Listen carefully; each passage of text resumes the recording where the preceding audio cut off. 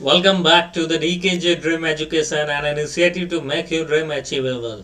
Today I am here with the next topic, that is balance of payment, BOP. Before we begin, I would like to say that please share it to the maximum people so that it reaches to the person who has dream to clear UPSC Civil Services examination. Let's begin with the topic balance of payment. What is balance of payment? Balance of payment क्या है? Balance of payment एक systematic record है किस चीज का? Economic and financial transaction. किस कैसा है इकोनॉमिक और financial transaction? Economic and financial transaction of India. India का economic and financial transaction with rest of the world. उसके अलावा और भी देशों के साथ जितना भी इकोनॉमिक एंड फाइनेंशियल ट्रांजैक्शन होगा उसका एक सिस्टमेटिक रिकॉर्ड को हम बैलेंस ऑफ पेमेंट कहेंगे. So we can say that balance of payment is a systematic record of economic and financial transaction of a country with rest of the world. अब देखो country में जब payment किया जाएगा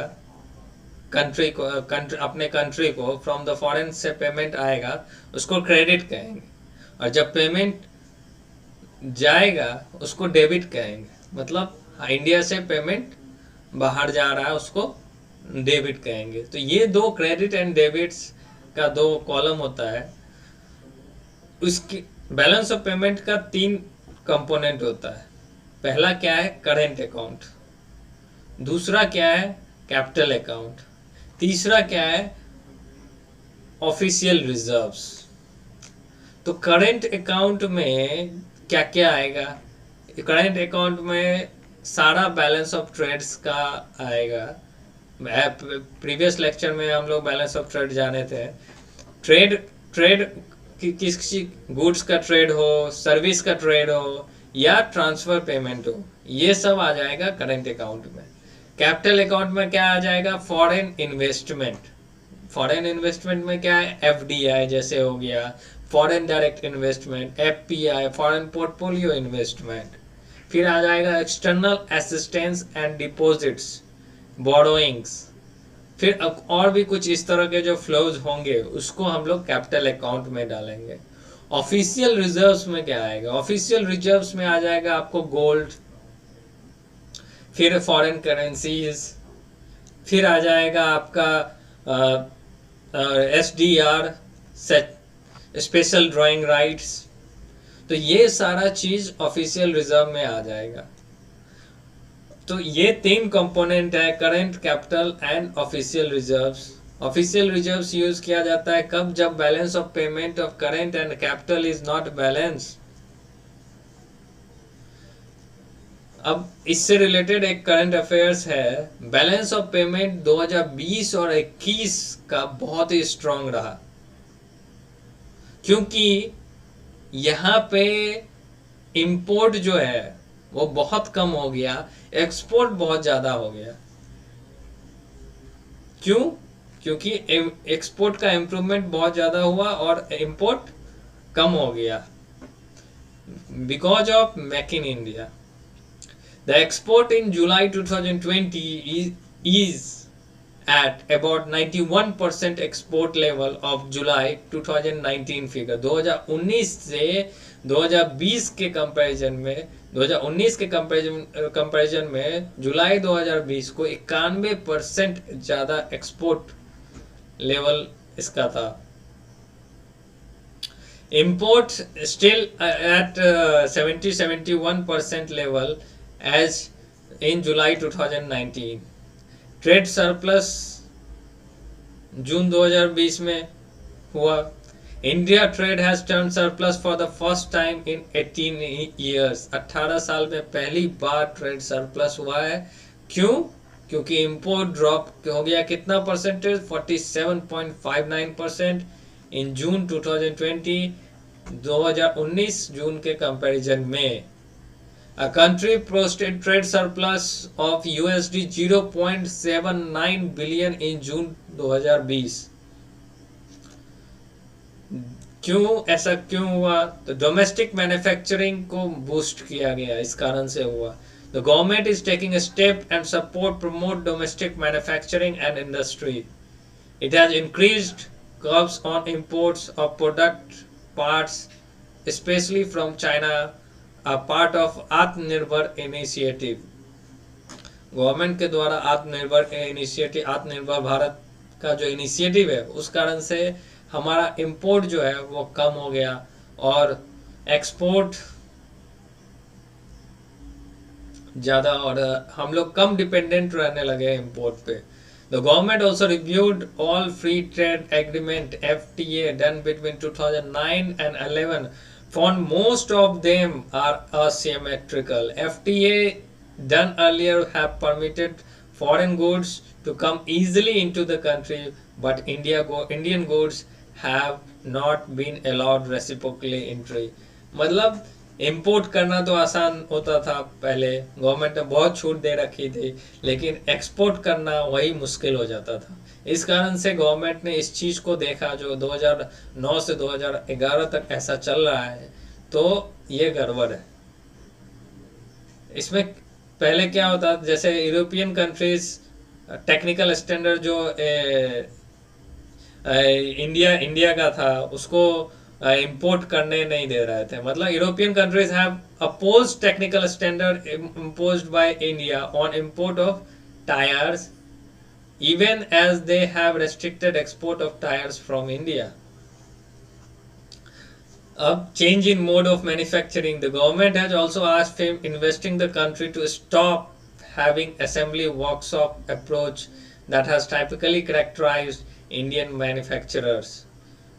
ये जो बहुत सारा असेंबली जो बाहर से लाके अंदर में असेंबली करते थे और यहाँ पे ट्रेड करते थे, तो ये सब चीज़ों को गवर्नमेंट ने थोड़ा सा स्ट्रिक्ट किया, जिस कारण से हमारा और आत्मनिर्भर भारत का इनिशिएटिव था, उस कारण से हमारा इंपोर्ट जो है, इंपोर्ट डिपेंडेंस कम हो गया और हम लोग खुद मैन्युफैक्चरिंग पे ज़्यादा ध्यान देने लगे। So credit balance of payment account chart में क्या होता है, कैसे बैलेंस किया जाता है? Credit receipt minus debit payments equals to balance deficit.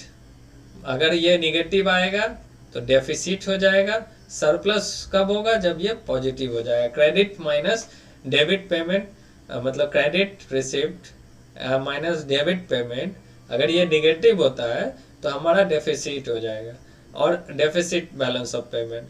अगर ये पॉजिटिव होगा तो surplus balance of payment. So deficit of debit is greater than credit. अब क्या है balance of payment crisis? Countries with current account deficit can run into difficulties if the deficit is large and economy is not able to attract enough inflow of foreign investment, then their currency reserve will dwindle.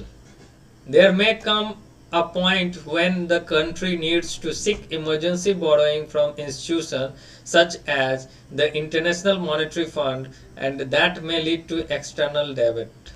Countries with deficit in their current account will build up increasing debt and see increased foreign ownership of their assets. BOP crisis को हम currency crisis भी कहते हैं। मतलब जो current account में deficit अगर होता है किसी भी कंट्री का, तो वो बहुत ज़्यादा डिफिकल्ट होगा, मतलब उसमें डिफिकल्टीज आ जाएगा, क्योंकि उसका करेंसी क्राइसिस स्टार्ट हो जाएगा। अब देखेंगे autonomous transaction and accommodative transaction. Autonomous transaction में क्या होता है, किसको कहते हैं? जो economic transaction, international economic transaction, ऐसा इकोनॉमिक ट्रांजैक्शन जो इंडिपेंडेंटली होगा स्टेट के द्वारा, state of balance of payment के द्वारा। International economic transactions are called autonomous when transactions are made independently of the state of balance of payment, for instance due profit motive. These items are called above the line items in balance of payment. Balance of payment is said to be in surplus, means if an autonomous receipt is greater than autonomous payment, and balance of payment is said to be deficit if autonomous receipt is are less than the autonomous payment. जब balance of payment को कब surplus कहा जाएगा, जब autonomous receipt जो है वो ज़्यादा होगा किससे, ऑटोनोमस पेमेंट से, ठीक है। और फिर इसको बैलेंस ऑफ पेमेंट को डिफिसिट कब कहा जाएगा, अगर ऑटोनोमस रिसिप्ट लेस होगा ऑटोनोमस पेमेंट से। According accommodating transaction term below the line item, on other hand, are determined by the net consequence of the autonomous items, that is whether balance of payment is in surplus or deficit.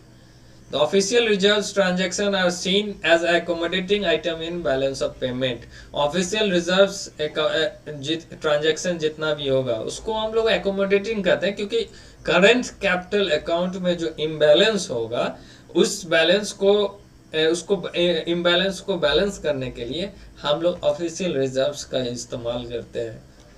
Errors omission एक दूसरा component है जो generally balance of payment के मतलब balance के लिए काम करते, बैलेंसिंग के लिए यूज करते हैं इस टर्म को, जो मतलब inability to record all international transaction accurately, ये उस चीज को रिफ्लेक्ट करता है।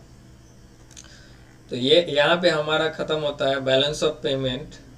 Next topic we will see other topic related to the external sector. Thank you. Keep watching. Share and subscribe to the maximum people. Thank you so much.